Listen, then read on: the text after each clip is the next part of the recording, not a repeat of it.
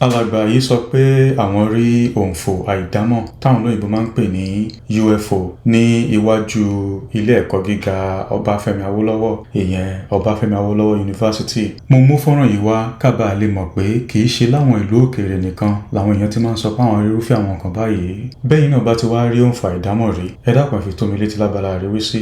Yóò wù mí láti jẹ́ káwọn èèyàn gbọ́ nípa bó ṣe ṣẹlẹ̀. Tó bá dẹ̀ jẹ́ pé ẹ̀dá àjòjì aliens lẹ́yìn náà rí ni, ẹ dákun ẹ fi tó mi létí. Mo mọ̀ pé ọ̀pọ̀lọpọ̀ ìbéèrè lẹ máa ní, ṣùgbọ́n mo rọ̀ yín pé kẹ́ wo fọ́nrán yìí tán. Ó ṣeé ṣe kó jẹ́ pé ìdáhùn ti wá sí ìbéèrè yín yẹn. Tó bá wá jẹ́ pé ẹ sì tún ní ìbéèrè míì tí fọ́nrán yìí tí ò dáhùn, ẹ lọ sí Instagram kẹ́ wá lọ wá Lagos UFOloger. Ẹ wá lè lọ tún bí wọ́n láwọn ìbéèrè míì. About 20 years ago, I saw a UFO right at this point. I believe in the UFO because of the characteristics. You know, I used to live in this hostel, and it's this such a vantage point that you get to see the school gates, university school gate. This is OAU, and you also get to see all the drama happening at the bus park. Conductor, drivers, calling passengers going to Ibadan, Lagos. And from 2003 to 2008, I was living in this hostel while I was a student in this university. And I used to come and chill here, relax. And one of those nights,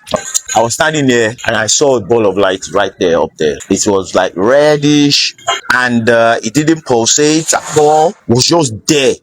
I looked down to check the level of the street lights that lead to school to measure how high it is, and I knew it wasn't close to the stars, you know, because I used to chill here in the evenings, sometimes in the daytime, just to chill and relax. It's a good spot for me, you know. That night, it was around 7 to 8 in the evening. I first of all called a friend. Where are you? Did they see what I did see for sky? Say, wait to me that. I said something like, I didn't know if it would, I believe I didn't call it a UFO because I'm not sure he knew what a UFO was. You know, the friend's name is Tobori by that way. He said, I thought to sell, some people saw something, but he's not sure. So I took my Nokia phone out, 7660 or 7670, the phone that looks like a chicken pie. And I did a video of the thing. You know, I brought it down. There was time.